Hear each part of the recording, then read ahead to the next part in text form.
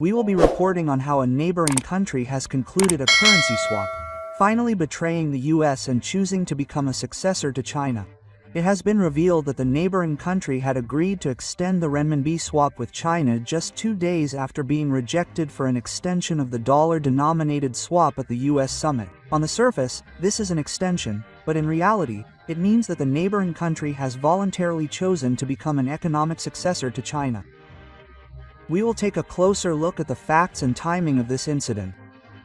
The events leading up to the agreement to extend the currency swap cannot be dismissed as mere news of an economic transaction, but rather are extremely significant as a series of events that dramatically demonstrate the harsh diplomatic and economic realities faced by the neighboring country and the difficult choices it made in the midst of them. This series of events unfolded in just 48 hours, and was a dramatic development that showed the key path of neighboring diplomacy. To begin with, a currency swap agreement is an agreement between countries with different currencies. In other words, it is an agreement in which the central banks promise to exchange principal on a specific date in the future based on a predetermined rate and conditions. It is an important financial tool for the purpose of international financial transactions and stabilization. The main purpose of a muka swap is to secure liquidity during times of turmoil in international financial instruments and exchange markets, and is used in particular by emerging countries whose currencies are not internationally trusted or by countries with insufficient foreign exchange reserves to secure a stable currency, mainly the US dollar. It is said that a country can borrow the foreign currency it needs from the central bank of the other country by providing its own currency as collateral. This can eliminate foreign currency shortages in financial institutions, prevent capital outflows, and stabilize the country's financial system. In particular, it is said that it is also used as a basis for trade settlements in the currency of the other country without returning US dollars, especially between countries with large trade volumes such as China and its neighboring countries. It is expected that this will reduce trade risk and settlement costs, and plays an important role in the economy. First of all, the starting point for all discussions was the US summit held on October 30th, and when neighboring governments attended this meeting, what their domestic financial markets in particular were most eagerly awaiting and hoping for was the extension of the dollar-denominated currency swap agreement with the US. Dollar swaps, which allow unlimited access to the dollar, the ultimate currency, are a lifeline for emerging countries that lack external reserves or are exposed to financial risks, and are the final line of defense to secure international credibility. Neighboring countries strongly felt the benefits of these dollar swaps in the past, especially during the financial crisis and the early stages of the new infectious disease pandemic, and were eager to ensure their continuation. However, their expectations were betrayed, and things became extremely difficult for their neighbors. In other words, rather than obtaining a commitment from President Trump to extend the dollar swap, they were presented with a substantial demand in exchange for the right to 100% market liberalization, which they had to accept as a sovereign nation. Full market liberalization could significantly undermine the protection of domestic industries and the freedom of policy, and the neighboring governments could not hide their confusion. Even after the summit, there was a clear misunderstanding in the reports and information released by both countries, and the impression that the summit had progressed smoothly and effectively was completely negated. The fact that North Korea was effectively denied its most valuable support, the dollar, by its most relied upon ally, was a major blow to its diplomacy, and it was unable to cooperate with the United States. Surprisingly, just 2 days after the US summit, the situation took a sharp turn for the worse. At the North Korea-China summit held in Chechnya on November 1st, President Lizao Abdullah made a surprise agreement with the president of Chechnya to extend the existing currency swap. This currency swap between North Korea and China was worth a massive 70 trillion yen, or approximately 7.5 trillion yen, and its term was set at 5 years. The swap itself was concluded in 2020, and its maturity was approaching in October, but it was extended. However, the timing of the agreement reveals the true nature of the agreement. In other words, the exquisite timing of the hasty extension of the yuan swap with China immediately after the US's request for an extension of the dollar swap was rejected suggests that this agreement is not simply a continuation of an economic saga.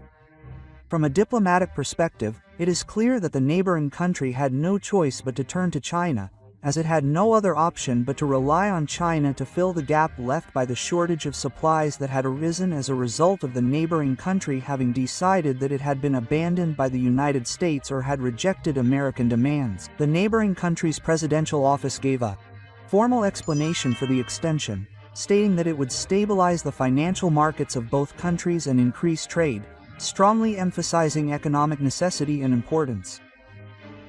However, the reality behind this explanation was completely different. The best evidence is that the neighboring country's hawkish diplomacy, which attempts to balance the two countries, has stopped working with the United States, and as a result, it has been forced into a situation where it has had no choice but to lean heavily toward China.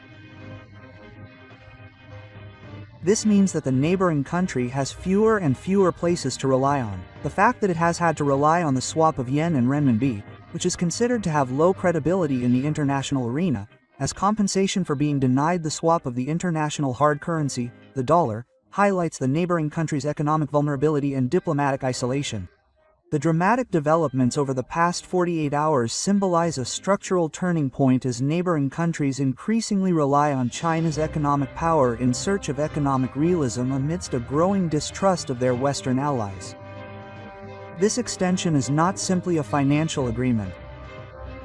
It should be remembered as the moment when neighboring countries have entered into a more stringent economic and diplomatic vassal relationship. What action should Japan take? Given that neighboring countries have been denied a dollar swap by the United States and their trade balance with China has fallen into deficit, extending the yuan swap with China will only provide short-term economic stability and deepen their economic and political dependence on China in the long term. Furthermore, a simple inter-country swap alone will not completely resolve neighboring countries' international liquidity concerns. Given their inherent lack of access to hard currencies with high international credibility, neighboring countries are sure to approach Japan to seek an extension of the Japan-ROC currency swap.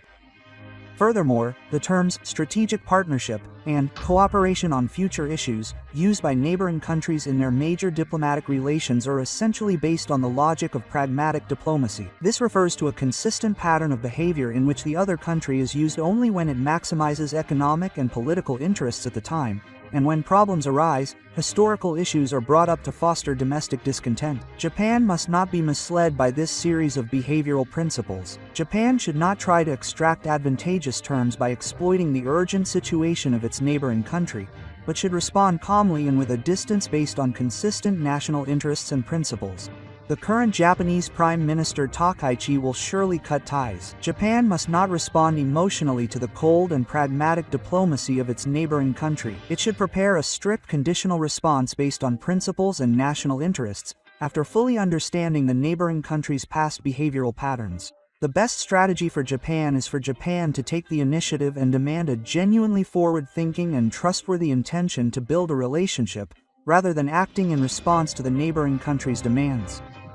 I would like Prime Minister Takaichi to take measures against possible future events. Now, I would like to introduce some of the many reactions from overseas on this topic. It is good that the neighboring country has received help from China. Please stop relying on other countries. The neighboring country thinks that the currency swap is a one-sided support agreement. Isn't it because of America's misunderstanding and its own naivety that it doesn't enter into an infinite currency swap with its neighboring country? There's no way America would want to enter into a currency swap with its neighboring country.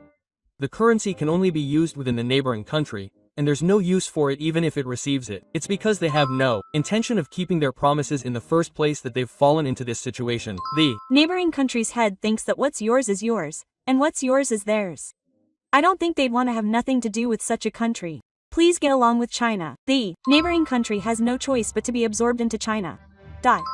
It's just what they want because they're the same ethnicity, which is what they want. Japan has spoiled its neighboring country too much. In order for its neighboring country to stand on its own 2 feet, it must not be spoiled. By not spoiling its neighboring country, it will stand on its own 2 feet. The neighboring country's flag will turn red. Samsung and Hyundai are finished, and they should not have anything to do with their neighboring country. The world hates China. That's why it's not profitable for business at the moment. There's no way the neighboring country can be saved at the moment. Will China really give us money when we're in trouble?